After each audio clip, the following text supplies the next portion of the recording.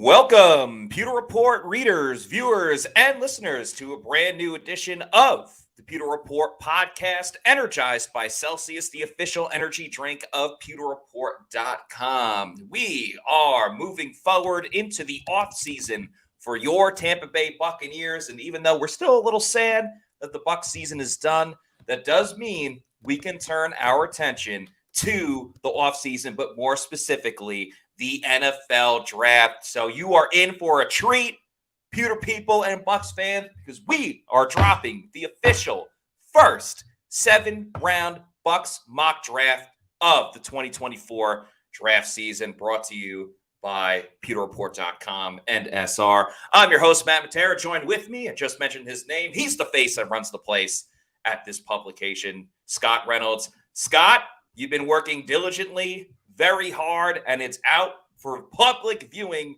for the Pewter people now. You ready to get into this mock draft? Yeah, I am. It's always exciting to do these mock drafts. The first one always sucks because you don't have an idea of which free agents they're going to sign or re-sign in this case. But Matt, I think we have a pretty good indication which Buccaneers this team wants back in terms of free agents, right? We talked about it yesterday. We'll talk about it until the ink is dry on the contracts. Baker Mayfield, Mike Evans, Antoine Winfield Jr., Chase McLaughlin, Levante David. Those 5 are the players that the Buccaneers are really targeting to re-sign. Now, some of those players, they might end up testing free agency. You might see Mike Evans not get re-signed until free agency starts. Maybe he gets a new deal before then, but who knows? I wouldn't be surprised if they let some of these players test free agency to see what kind of offer they get, bring it back to general manager Jason Light and assistant GM / capologist / cap Jedi Mike Greenberg to match and then go from there. And that's why free agency is before the draft. So you fill some of those needs, you re-sign some players, you add some new ones, and then you attack the draft. And Jason Light, Todd Bowles, John Spytek, Mike Beal, Rob McCartney, all those scouts, they've done a great job over the last 2 years, Matt, of filling a lot of holes and finding some starters. 10 starters in the last 2 drafts when you include Trey Palmer, the team's number 3 receiver in that mix. And, of course, Jake Camarda, who's one of the league's best punters, was a 4th-round pick, kind of mocked when it happened. But, man, Jason Light nailed a punter, and he is indeed a starter. So that's 10 starters. They're going to need a couple more, Matt. And we have a couple of suggestions for the Buccaneers here. This is the first of our 5 mock drafts. You and I, Josh Capo, Bailey Adams, Adam Slavon, we're going to be in Mobile, Alabama this time next week at practice, looking at the Senior Bowl talent there. And one of the guys that was there at the Senior Bowl last year that caught our eye was Yaya Diaby, who ended up being a Bucs best bet in our final draft analysis leading up to the draft and became a Buccaneer. Yeah, and one of the best things, Pewter people, maybe you're new to Pewter Report or kind of getting more into the offseason draft coverage that Pewter Report does, nobody is better in the game than predicting who the Bucs may pick at each position than SR Scott Reynolds. Each year, he does a Bucs best bet at every single position, and nobody's perfect. No one can get every single one. But the person that gets damn near closest to it is Scott. And you mentioned Yaya Diaby, someone that we talked about during the Senior Bowl last year. Cody Mauch was a big guy on our radar that we talked about at the Senior Bowl. Right. So when we go to the Senior Bowl next week, we will be highlighting all the big plays. We'll be paying a little bit more attention to areas of need of the Buccaneers. Don't get me wrong. It'll be very exciting that Michael Penix Jr. is there at quarterback and Bo Nix, but that might not necessarily be the route that the Bucs go. We'll still get into plenty of what they do, but it's exciting to see other positions that the Bucs are going to watch. So stay tuned for all of that next week at the Senior Bowl. I'm very excited for that. And one last thing that you kind of brought up at the beginning of this with letting some players go and talk to other teams. There's been a precedent for that with the Buccaneers, most notably at cornerback for I think it's more of a coincidence than anything else, but Carlton Davis, they did it a couple off seasons ago, and they did it with Jamel Dean last offseason as well. So don't worry, Bucs fans. You're probably going to hear Mike Evans has spoken with the Houston Texans. Mike Evans has spoken with the Kansas City Chiefs. There's going to be plenty of that chatter with multiple guys. I'm sure you'll hear it with Levante David as well. Right. That doesn't mean that they're going there because they don't go until Jason Light says that. Yeah, yeah, that's true. And so you look at we had a little bit of news, and we'll talk about that first today. Some stories on pewterreport.com. The Buccaneers did re-sign 14 players to futures contract They did today. Yes. Yeah, and one of those guys was a player who behind the scenes was really making a lot of noise, and that is Jose Ramirez, the team's final pick in the 2023 draft.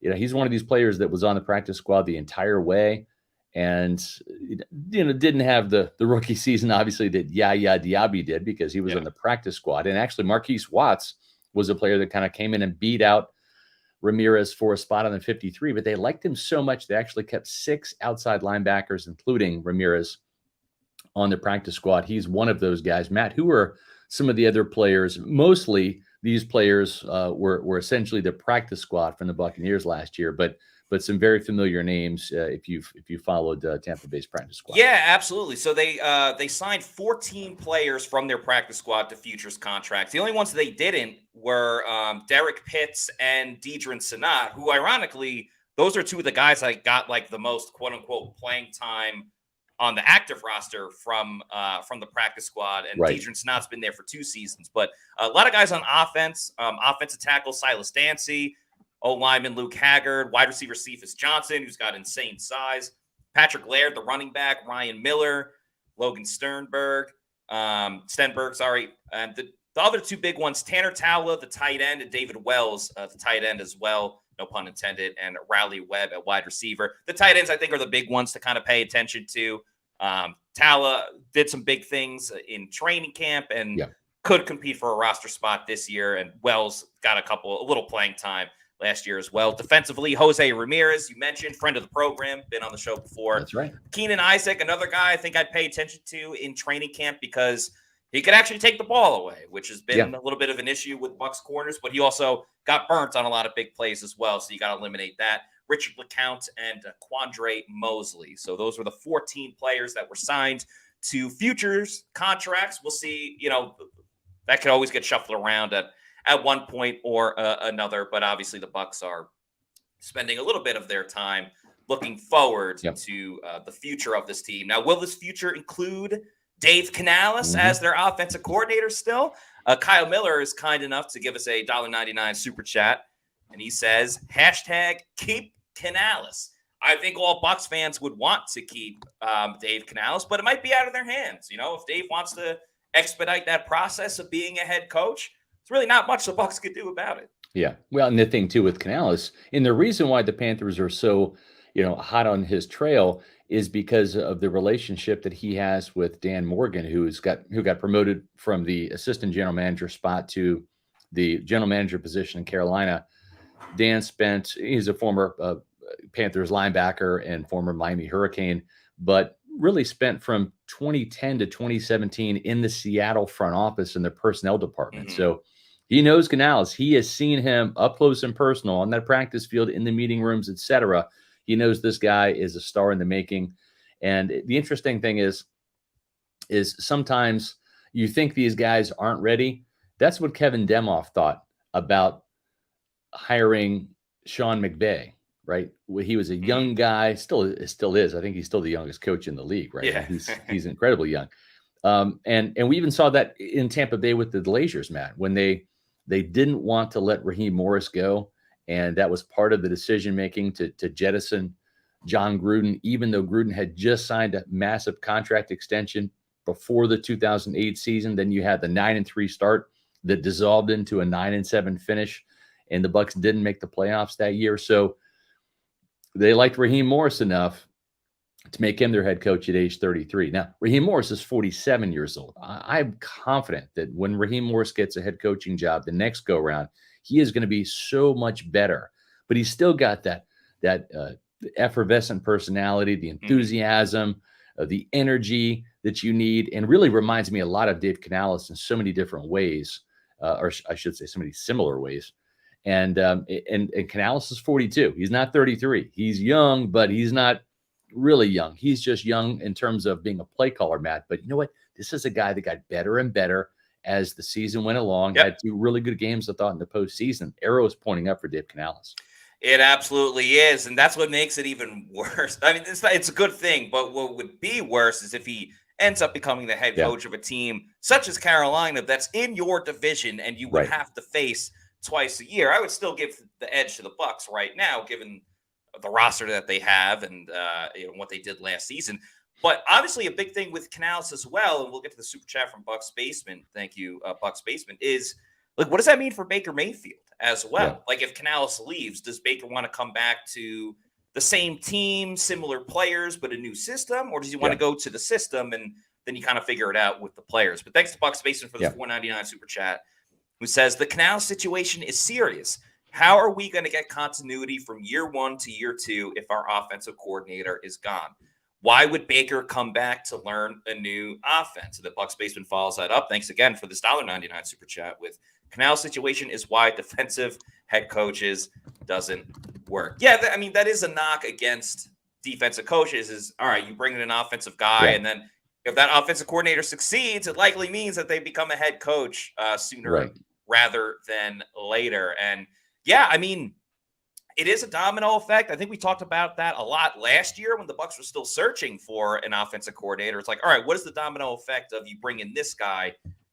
Who do they re-sign? Who do they bring in at quarterback? Do they draft a new quarterback? Does that offensive coordinator like Kyle Trask? Oh, now do they like Baker Mayfield? A lot of moving parts.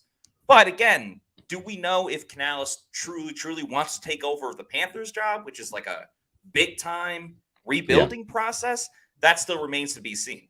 Yeah, well, yeah, especially when you have an owner in David Tepper who is probably the quickest trigger finger of any owner, maybe in NFL history. I mean, didn't even let Frank Reich get to halfway through the season. He was gone and has already gone through, 2 head coaches, 2 interim coaches, right? Now he's looking for another head coach. And so if you're Dave Canales, there's only 32 jobs. It's very appealing.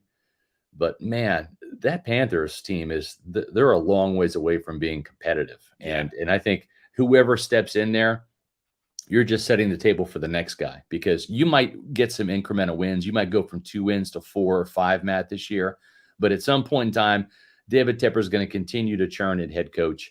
And I think they're probably two head coaches away from having Tepper be fine with a guy getting the Panthers to maybe 8 or 9 wins. We'll see.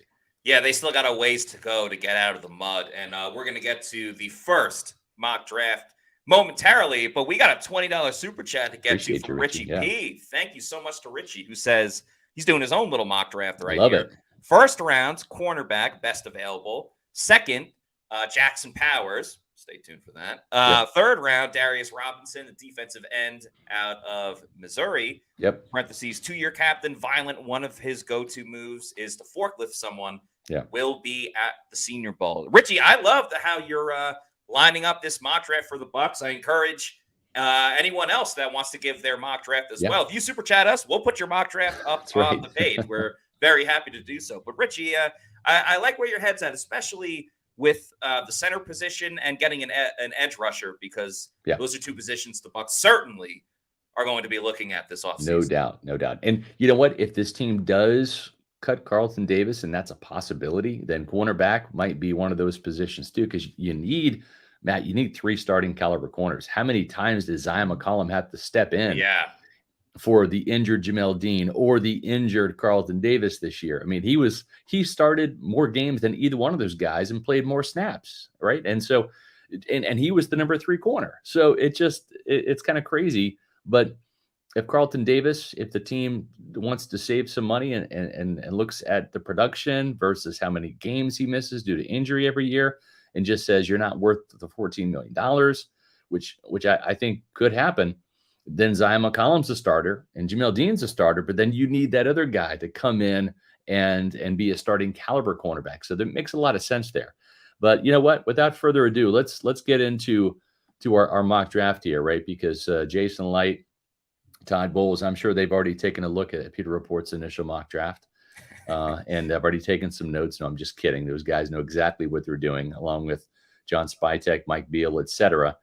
But let's start off with the edge rusher position, Matt. We talked about how Shaq Barrett likely going to be gone. I think they're going to part ways with him sooner rather than later. And it's not going to really create cap room, but what it's going to do is it's going to allow the team to move on without having to pay him a bunch of money in base salary this year. So you're saving some cash for the Glazers by doing that. 4.5 sacks coming off the Achilles. He's going to be 32 next year. Mm-hmm. He's just not worth the money anymore. And so the Bucs are actually going to take a larger cap hit, accelerate some of his money that he's due in forthcoming years, in void years, and accelerate that money and take a larger cap hit this year. But they're going to free up the roster space. And I think that Joe Tryon-Shoyinka is a player who's not going to get the 5th-year option. They'll let him play just like Devin White on his contract year. They did pick up the 5th-year option for Tristan Wirfs last year, but I don't think they're going to do that for Joe Tryon-Shoyinka, who was the first-round pick in the 2021 draft. And so it's a contract year for him. And right now, I think he's probably penciled in as the starter opposite Yaya Diaby, right, with Anthony Nelson as the number 3. But you're going to need somebody else that can get to the quarterback on a consistent basis. Matt, we saw the edge rushers just not show up in Detroit, right? And we saw Kalijah Kancey, Vita Vea combined for 11 of the team's 17 pressures. And that's just not good enough. So our initial pick for the Buccaneers, Alabama outside linebacker. He was a defensive end / edge rusher, but he'll play outside linebacker in Tampa Bay, Chris Braswell. Now, he doesn't have the name recognition that a couple of other Alabama Crimson Tide edge rushers had. You had Will Anderson Jr., who was, one of the top picks in this year's draft. And he, he was the Lombardi winner. He was the Lott Impact Trophy winner. He was the Chuck McNarrett winner. He was the SEC Defensive Player of the Year. And the other guy, Dallas Turner. He was the SEC Defensive Player of the Year this year. And Turner is expected to be a top 15 pick this year.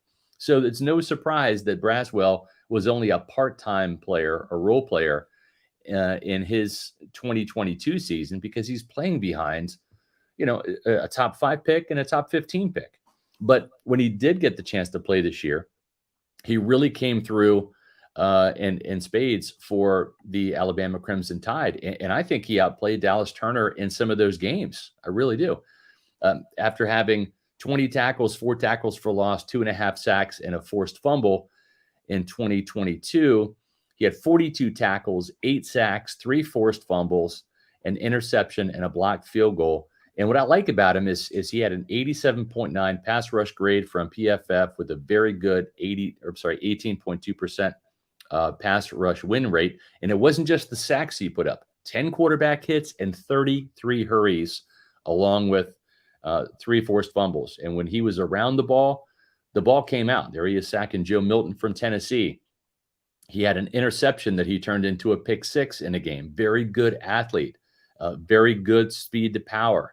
And he's even a factor in special teams. He blocked a field goal last year and also blocked a punt against Mercer during his first year at Alabama. So, Matt, this is a player that I think can come in. He's not as heralded as some of these other pass rushers, the Braylon Trice, the kid from LSU, Leo Latu, but and certainly Dallas Turner. But I think this guy with more playing time can really be a good pro because he just had to bide his time at Alabama.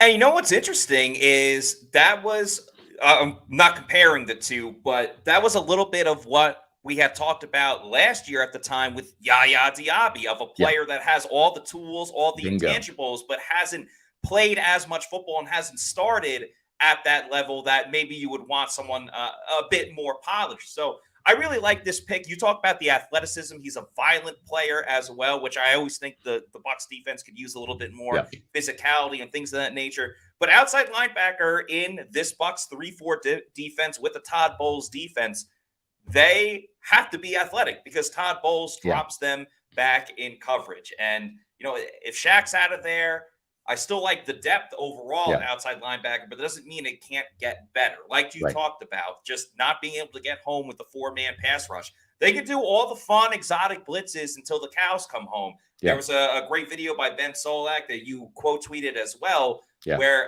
the Bucs against the Lions, they had a bunch of different things. They had Vita Vea go outside and a couple outspeed guys go inside. Amon-Ra St. Brown was still wide open over the middle Right. of the field, and he just Did happened to drop it. It wasn't Yeah. because of pressure generated by the Bucs. So Right. you Did like to nothing have that. to deter Jared Goff. Yeah, exactly. So I really like this pick. Anytime you get a player that, comes from Alabama, that moving to the next level, while it's still big for everybody, the lights will never be too big. Alabama plays in a Brian number of Branch, huge man, games. right? Brian Brian Branch. Branch. Brian Branch, his first game as a rookie, had an interception off of Patrick Mahomes. Yeah.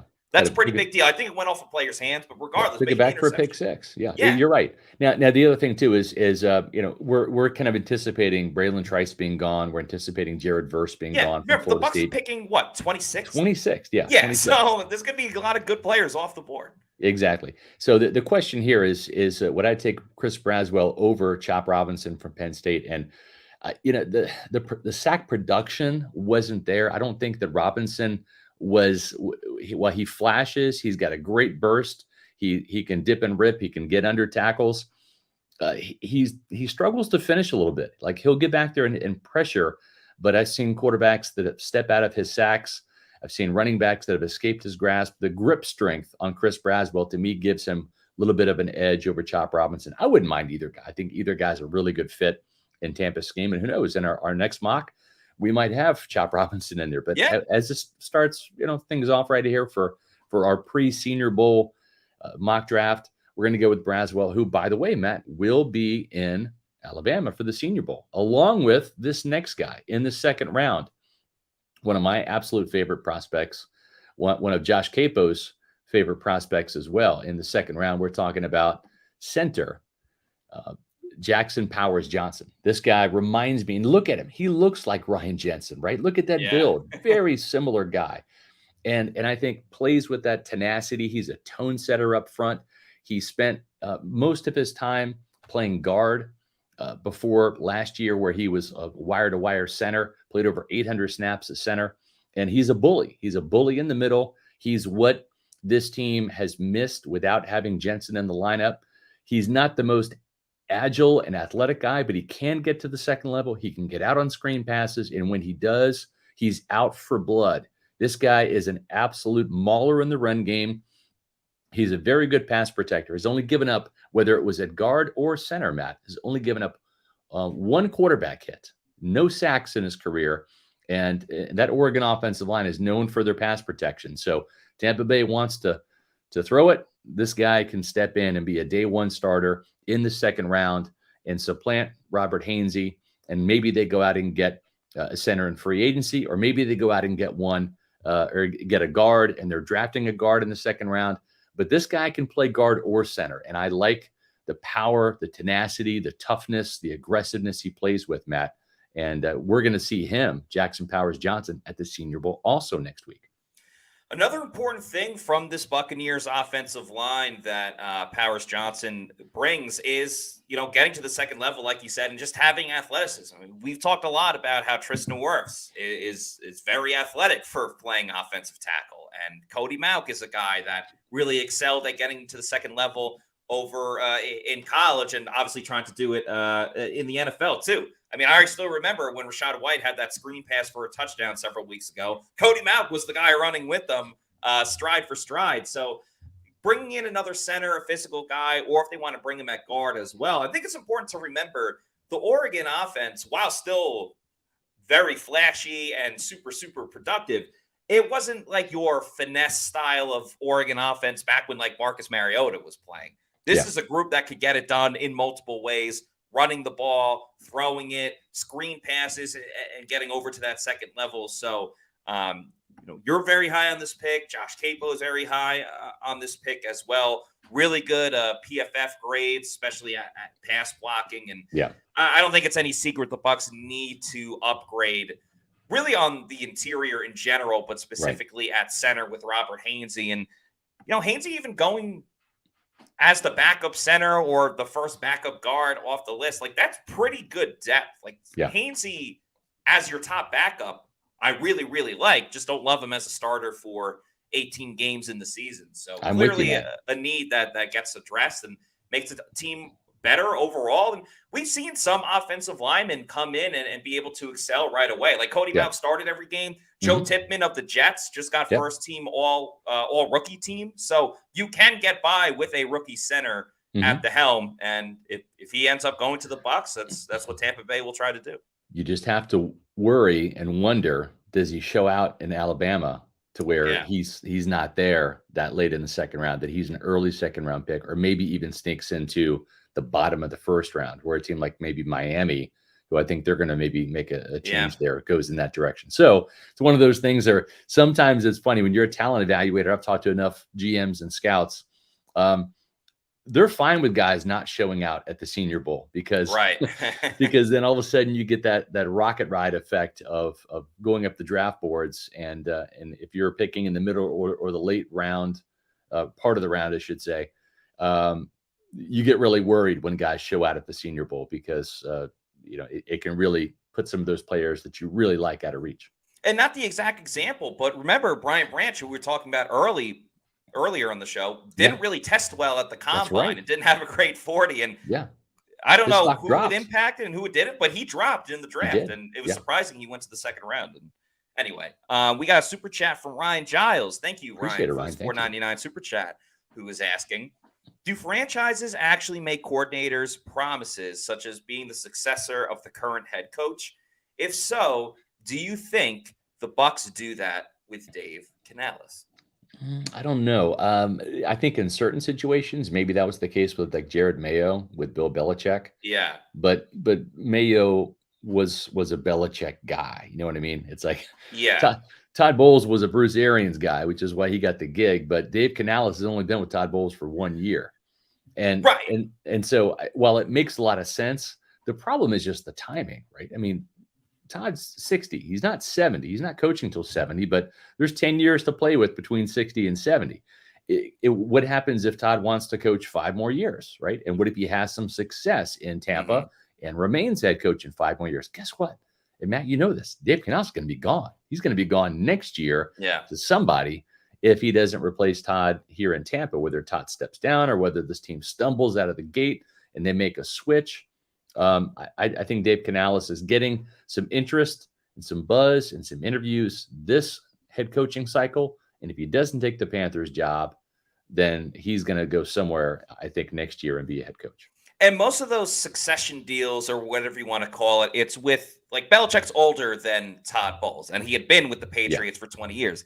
Bowles just completed his second year as head coach. Right. I know he's been there for a little bit longer, but when he started out as a DC in Tampa Bay, he doesn't have the gall to be like, oh, when I'm eventually head coach, you'll be the next guy. It just doesn't really work that way. Right. It's also worked terribly at times, most famously with the Jets and the Patriots. And Bill Parcells was going to hand it over to Bill Belichick, but then Parcells decided, oh, I want to coach again. So sometimes it can get sloppy as well. Maybe that's just a Jets thing. Yeah. But yeah, I think it's too early, as much as every Bucs fan would want it, too early to have a handshake agreement behind the scenes between Todd Bowles and Dave Canales. But sticking with Canales, thanks to Paul, a.k.a. Florida Dreamhouse, for this $5 super chat, and of course going with Baker Mayfield too, says Baker would rather learn a new system with the same players versus a new system with new players. If Canales leaves, Baker won't, in my opinion. I think that's fair. I think that's fair. And maybe the Buccaneers keep it in-house. I know that Todd Bowles is very, very fond of quarterbacks coach Thad Lewis and had him stick around to be the quarterbacks coach, where he was an assistant receivers coach last year, or the previous year. So maybe Thad Lewis with 1 year knows the playbook. He's a very bright guy, former Duke quarterback. Yep. Very bright guy. He could probably take over if they stay in-house. My guess is it would be him, because you're going to have Brad Idzik, the receivers coach, go with Dave Canales. Canales. Probably be the offensive coordinator. Probably be offensive coordinator. Maybe not the play caller, but have that title, right? Yeah. Just like where Brian Callahan was the offensive coordinator but didn't call plays in Cincinnati. So, yeah, I agree. So maybe Thad Lewis is the in-house candidate, or maybe Jason Light and Todd Bowles go outside the organization and maybe do some interviews, but we'll see. But speaking of wide receivers, let's go with a wide receiver for the Buccaneers in the third round. Another guy, it's going to be at the Senior Bowl. And honestly, one of my draft crushes, a guy that I've watched ever since the 2022 season when he burst on the scene, Malachi Corley from Western Kentucky. And it's no coincidence that a guy like Amon-Ra St. Brown just torched the Bucs twice this year in 2 losses to the Lions.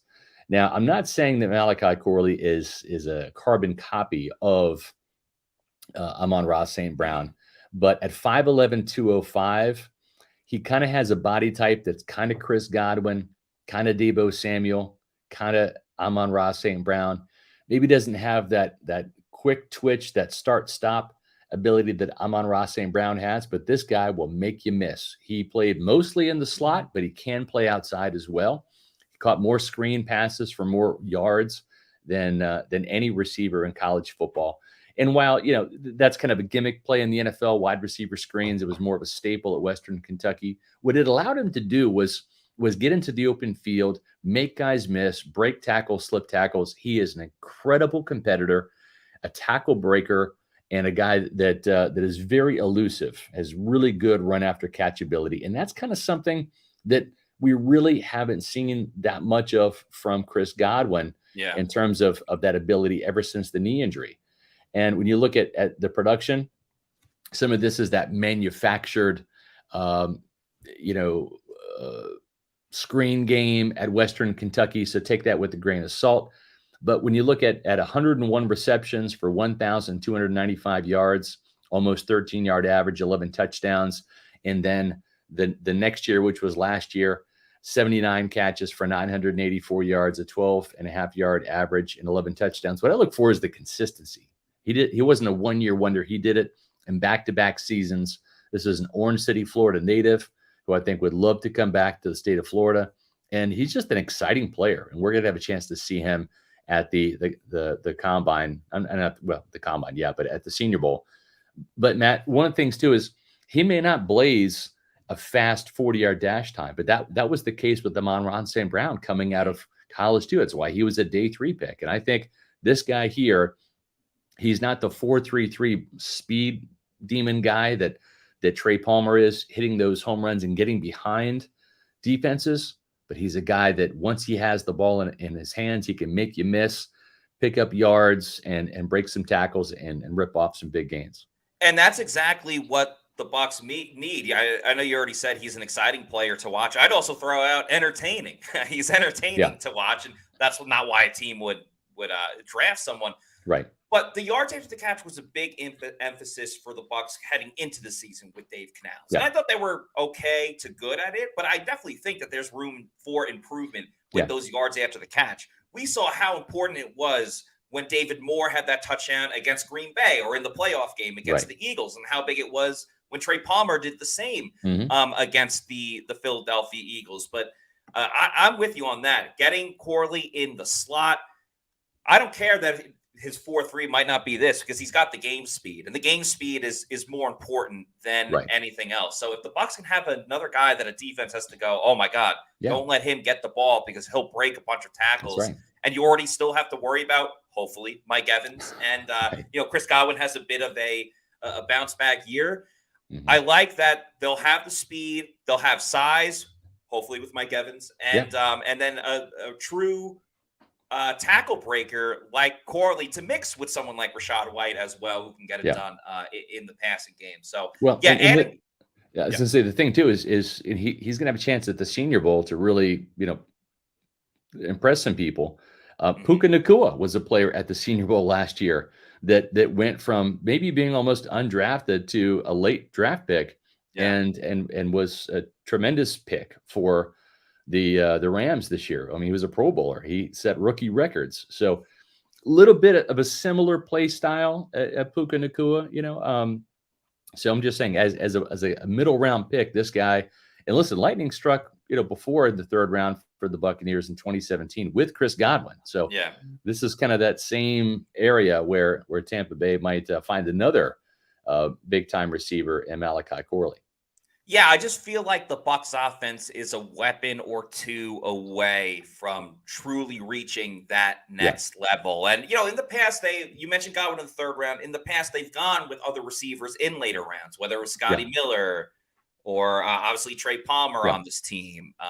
And you've had varying degrees of success. So I just love that you have the Bucs taking a receiver in the third round and yeah. kind of adding to that. The other Right. position I would love the Bucs to get is addressed in a couple of other rounds, so I won't give anything away just Yeah, yet. But yeah, Corley in the third round, I think that's going to be the darling of the Bucks draft if they are able to yeah, obtain him. I think a lot of people are already really excited just based on reading the chat. A lot of people would yeah. love that pick.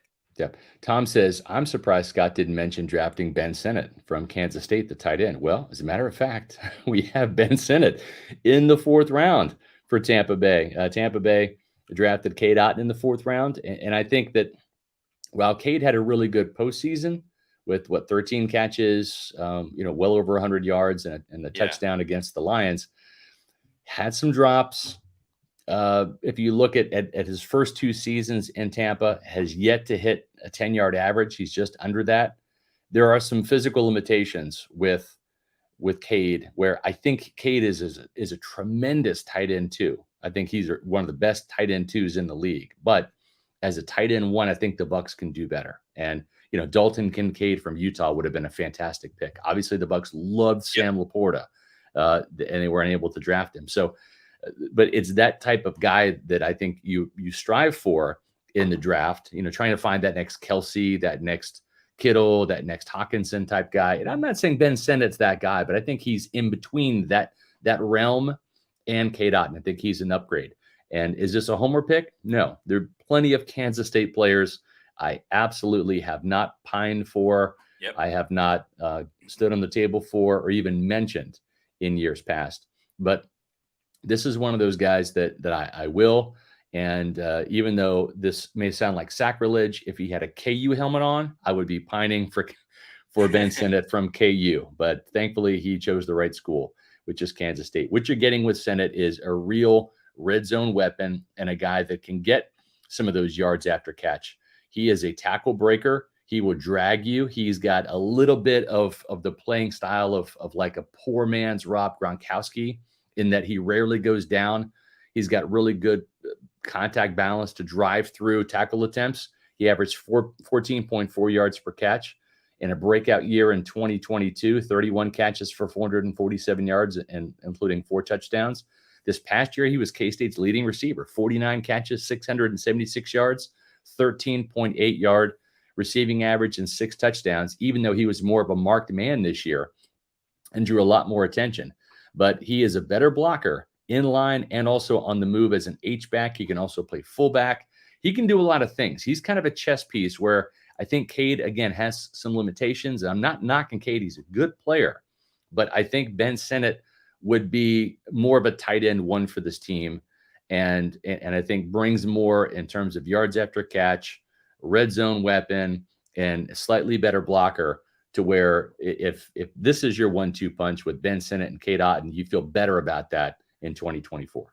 Yeah, that was the other position. Obviously, I truly think the Bucs need another tight end just to really balance out what they have with Cade Otton, even a more sure-handed receiving tight end. Because we've seen Cade Otton, yes, when he's wide open, he makes the catch. But anytime there's coverage on Cade Otton, it seems that he struggles a little bit. So, Cokeet, that tight end, I don't think provides much. Payne Durham, I like him more as the third string than I do a second string tight end. I like Payne Durham maybe at the goal line, but you obviously have to get to the goal line to be in those situations. Right. So that'd be a very fun pick, another entertaining pick. There are not many things that get the juices flowing for SR like Kansas State football. But one of those other things is Celsius energy drinks, and more specifically, the new Celsius Essentials, which you can start getting today. There are 270 milligrams of caffeine in these Celsius Essentials, and there are no sugar in these cans or any Celsius energy drinks. They're the ultimate energy drink line by Celsius, formulated for the fitness enthusiasts looking to elevate their performance. They have 3 essential aminos, gives you an unbeatable combination of ingredients to help you be at your best. Celsius Essentials are available at 7-Elevens nationwide. You can get the 3-flavor variety pack over at Walmart, and they're rolling out nationwide to select retailers. And soon enough, you can get them over on Amazon. So check out the Celsius Essentials. Check out all the old school flavors of Celsius, whether it's the sparkling orange, sparkling watermelon, or Arctic Vibe, maybe the strawberry lemonade. If you need to know where to find a Celsius energy drink, go to the Celsius store locator, punch in your address. You can find them at all your local convenience stores. And maybe, if you're lucky, you can get one at your bodega. Bodega. And once you keep going to your bodega and you know you want more and you want to get them in bulk, you can get them in bulk. Go back to Amazon.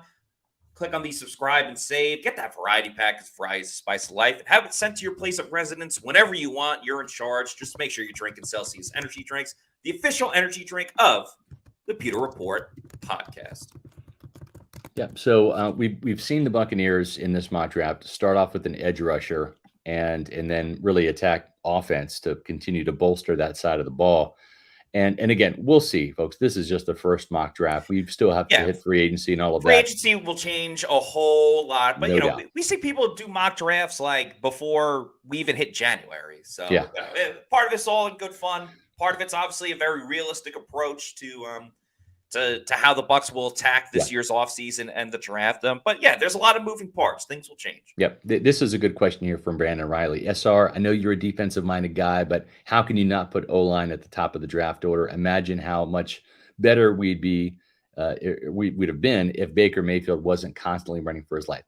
I understand that, but at the same time, it's the value proposition as well, right? Maybe an offensive lineman like Duke's Graham Barton, who played tackle, but probably will move inside to guard.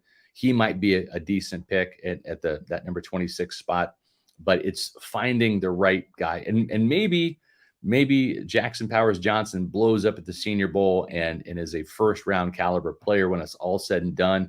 Maybe he tests well athletically and he's the first pick, right? So I'm not saying that, but Jason Light has mind at the second round and the third round for offensive linemen, right? Whether it's Donovan Smith and Ali Marpet in the second round back in 2015. Whether it's Cody Malk this past year in the second round, you look at Alex Kappa in the third round, Robert Hainsey in the third round. That seems to be kind of the sweet spot for those offensive linemen. I know that Tristan Wirfs was a first round draft pick. Don't think I've forgotten about Tristan, but the Bucs were picking in the top 15 that year, and they're a little bit further out of reach there, and they don't need a tackle. And I think tackles, they have more value than guards and centers do. And that's why you see tackles getting drafted so high. Every once in a while, you've got a Quentin Nelson and players like that are special. But typically, it's the tackles that go in the first part of the draft, and then the guards kind of fall down. So we'll see how it all shakes out. I do know Joe Tryon-Shoyinka, first-round pick, Vita Vea, first-round pick, Kalijah Kancey, first-round pick. Jason Light is all about the trenches, whether it's the offensive side or the defensive side. So I would not be surprised with Todd Bowles still being the head coach that he wants to get another edge rusher. And Jason Light, quick to pull the trigger. JTS plateaued at 4 sacks, 5 sacks. He's not that down in, down out, consistent pressure guy. So you got to hit the reset button at the position. And Chris Braswell, if he's there, Chop Robinson, Braylon Trice, those are some names to keep in mind. I don't think Jared Verse is going to fall that far, but we'll see how it all shakes out. But offense or defensive line, yeah, I think that's where they're going to go in the first round. That seems to be Jason's MO. I still remember last year at the Combine when we got to speak to Todd Bowles and Jason Light before they go up at the podium and speak to the general public.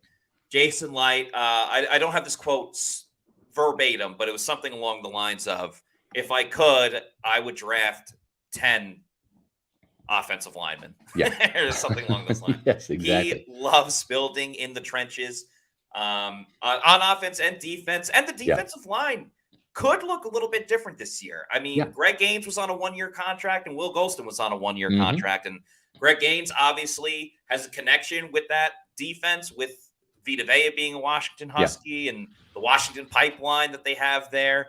Right. And the JTS too. And, Will Golston's been there for a long time, but there's no guarantee either player will be back. So those are some rotational guys that Mhm. do get playing time, and the Bucs may have to address as well. So Yeah, keep that. and Greg Gaines was actually a better pass rusher than Raheem Nunez-Roches was. Yes, Had very much so. several sacks this year, as a rotational Stop the defensive brotherly tackle. shove. Part of history. That's right, yes. Dirty Red here with, I would love to see Todd Bowles get to work with Robinson from Missouri. He's talking about Darius Robinson, who's a big dude. Darius Robinson is, 6'5", 290 pound, but chiseled. This guy's got a different body type, almost like Nathan Shepard at defensive tackle, where he looks more like a gladiator than a defensive lineman. He's kind of an angular player. He's a 3-4 player, but really was a down lineman more than a true outside linebacker, an edge rusher, if you will. But Robinson was a good player.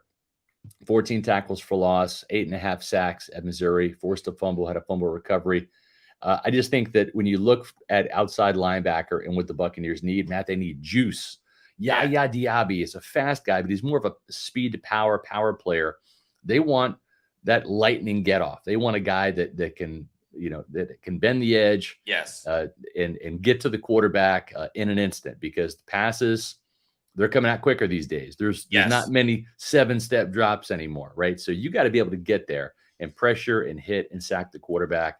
Chris Braswell, I think, is more that guy than a Darius Robinson. And also have the size too, because someone like Cam Gill has the speed, but he doesn't have the size. So you need that perfect combination, which obviously is easier said than done. Yeah.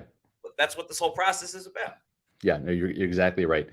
Something else that's easier said than done is also finding a house, right? When you need to sell your house or buy your house, the guy that you're going to want to draft, in my opinion, is Eric Gross from the Eric Gross Group, the official realtor of Pewter Report. Now, the thing about Eric that I think sets him apart from other realtors is the fact that he's a relationship guy. He's not just some bloodthirsty guy that's looking to make a commission on the transaction. He wants to get to know you. He wants to find not the perfect house for you, but the perfect home for you, the right neighborhood, the right community, the right part of town. And he takes the time to get to know you and your wants when you're looking for a house. Or if you need to sell, he's got that market research at his fingertips that can get you the best price on your house. Eric Gross and the Eric Gross Group, they've done hundreds of transactions in this crazy real estate market. Eric is an avid Pewter Report reader and a Tampa native. His dad was stationed at MacDill Air Force Base. Give him a call. Have him be the guy you turn to when you want to buy or sell your house. 513-907-4271. That's his number. 513-907-4271. Even better, go to housesinfla.com. That's housesinfla.com. Check out their inventory. You can also find out when their most recent open houses are going to be on social media, Facebook and Instagram at Eric Gross Group. So let Eric Gross and the Eric Gross Group take the pressure off your home buying or home selling experience. No matter where you are in your home ownership journey, you're going to feel welcome with the Eric Gross Group, the official realtor of Pewter Report. Make sure you visit housesinfla.com. Scott, this next pick that you have in the mock draft kind of goes back to one of the pipelines that the Bucs have. They've drafted a fair amount of players or signed a fair amount of players from this school over the past couple of years, and think these guys might be happy again bringing in a fellow player from the school. Right. So we had the 4th-round pick, Ben Sennett from Kansas State, the tight end, but no 5th-round pick because they used a 5th-round pick last year to trade up to get Trey Palmer in the draft. So they're without a 5th-round pick. They will have an extra 7th-round pick as a compensatory selection for losing Mike Edwards in free agency. There's a formula that shakes out in terms of which free agents you gained and which free agents you lost. And if you lost more than you gained, then you get a compensatory pick somewhere between rounds 3 to 7. Mike Edwards was not that big of a loss, so the Bucs got a 7th-round pick as it stands. So no 5th-round pick, but in the 6th-round pick, the Buccaneers go with a cornerback, Sebastian Castro, out of Iowa. And Sebastian Castro played opposite Cooper DeJean, and was a really kind of a breakout player for Iowa. Kind of bided his time a little bit in terms of having to wait to see the field. He was a rotational player the year before, so he's a little bit of a one-year wonder. back in 2022, 33 tackles, 3 tackles for loss, 5 pass breakups, 2 forced fumbles, no interceptions, but he did have a sack. But this past season, he was a full-time starter, 67 tackles, 8 tackles for loss, 3 interceptions, including a pick six of Wesley Chapel's own Rocco Becht, who played at Iowa State and was a hell of a freshman quarterback this year. He had 8 pass breakups, a sack, and a forced fumble. So he's around the ball, and when he is, the ball comes out, and he's a tough player, 5'11", 205. Iowa defensive backs like Kayvon Merriweather, Iowa offensive linemen like Tristan Wirfs, Iowa tight ends like pretty much every tight end they put out. Yeah, Hawkinson. Yeah, they're just tough players. They're tough, and that's what this guy brings. I think that he can play nickel corner, and my guess is I don't think they're going to have the money to re-sign Jordan Whitehead. I don't know if they're going to draft the safety. If they do, it might be in rounds 1 through 3. But in this mock draft, we have them taking a nickel corner and maybe moving Christian Izzy into strong safety. I've heard that's being contemplated. That was more of his natural position at Rutgers. Not that he didn't play well at nickel this year, Matt. He was a wire-to-wire starter, but you know what? Antoine Winfield Jr. was better at safety than he was at nickel corner. Maybe Christian Izzy becomes more of a playmaker at strong safety for the Buccaneers. Got a very similar build to Whitehead. And maybe Sebastian Castro is a guy that you stick in there who's more of a natural corner in the slot. Yeah, and Izzy had started out hot. If you remember, he had the interception against the Vikings and made some big plays early in the season. And more than anything else, I love the hustle of Christian Izzy. So I think that would be perfect to move him to a strong safety. He's not afraid to stick his nose on any big play. And the way that Todd Bowles loves to use safeties, I don't think it would hurt to put a guy that naturally played that position. You bring in Castro. We talked about the depth that's so important to the Bucs in the secondary, regardless of whether or not Carlton Davis is here next season. Thanks to the Callum Show for this 1999 super chat. We appreciate it. Who says, thanks so much for all your time and effort covering this team. Your content through the year really helps me stay informed and entertained through the season.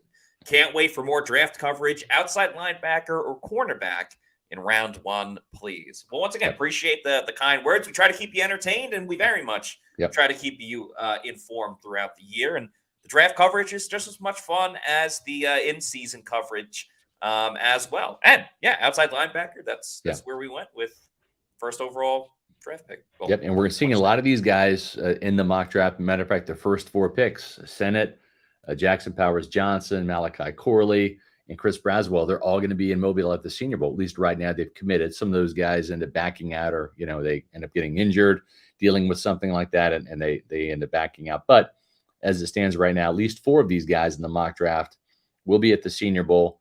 Maybe Sebastian Castro is there. Maybe he's at the East West Shrine game. But appreciate that, Callum, very much. Yeah, Callum Shaw. Sorry, I pronounced the name wrong. Callum Shaw, my bad. But appreciate the super chat so much. So with Baker Mayfield having so much success, right, it didn't seem right to have the Bucs pick a quarterback in the first round because he's not going to see the field. Kind of a waste of a pick there. And we know how you feel about second round quarterbacks, right? You Kyle Trask people. So we waited a little bit. And maybe the Buccaneers changed their mind and they pick a quarterback like, I don't know, Michael Pratt from Tulane maybe in the middle rounds. But in this particular mock draft, we have them waiting until round 7 to go with Sam Hires from Samford. He's got some experience playing against the likes of Auburn and Georgia. Didn't exactly fare too well because, it's Samford. But this is a player that's a bit of a prolific passer, put up some really good numbers over the last couple of years. He's very similar from a size standpoint and kind of a playing standpoint to Baker Mayfield, 6'1", 215. I'm not a huge fan of the shorter quarterbacks because they tend to have some passes getting batted down. We've seen that enough with Baker. We've seen that enough with Baker. But at the same time, you look at John Wolford, who's also another vertically challenged quarterback on this roster. And it just seems like they like guys that have good touch, good accuracy, a quick processor in terms of between the ears and enough mobility to work those bootlegs and play actions. And that's kind of what Hires can do. He had 3,544 yards passing in 2022 for Sanford, 36 touchdowns, 4 interception. That's an eye-catching ratio right there. Cooled off a little bit his last year, 3,056 yards, 18 touchdowns, 8 interceptions, but he is a big-time scrappy competitor. And we'll see. You're going to need another quarterback, I think, because Trask's contract is going to be up, and we don't even know what this guy can do, right? Yeah, we haven't seen him play. So what's his market? Yeah. I don't think other teams are going to be after Kyle Trask. Does he re-sign for a year? Because, hey, I've been here and I don't mind. Who knows? Maybe.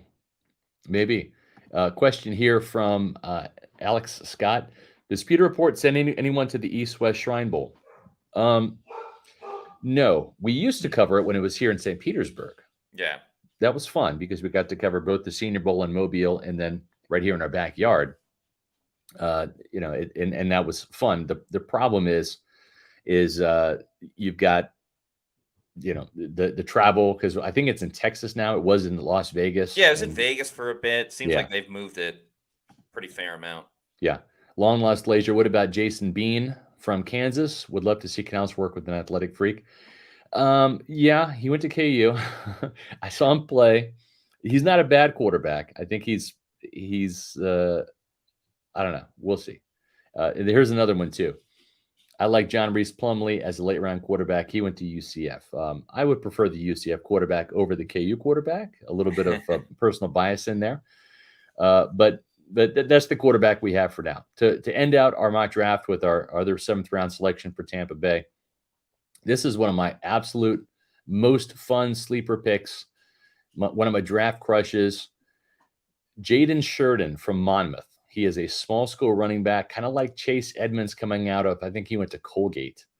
And and so this is Chase Edmonds went to Fordham. Yeah. Fordham, sorry. Yeah, Fordham, Colgate. Yeah, those smaller schools. Yeah. So you have this kid here, Jaden Sheridan. He is lightning in a bottle.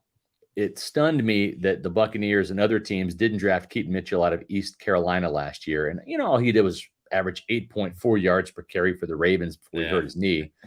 But this kid he had 14 of his 26 touchdowns from 50 yards or more. Obviously, you're not going to have those big wide open alleys to run in the NFL, but his first step is just instant acceleration. Ran for 1,700 yards 2 years ago, 1,400 yards. He's an FCA All-American. And in the 7th round, 5'9", 195, reminds me a lot of Keaton Mitchell and just a fun player to watch. Needs work on his hands. He's a developmental guy, probably not a kind of guy that's going to come in and be the number 2 guy, but maybe that change of pace guy like a Chase Edmonds, and maybe competes with Sean Tucker to eventually be number 2. But I think he's a good number 3. He's an exciting player that you can kind of scheme for, maybe a little screen pass, but adding more speed to the backfield, never a bad thing.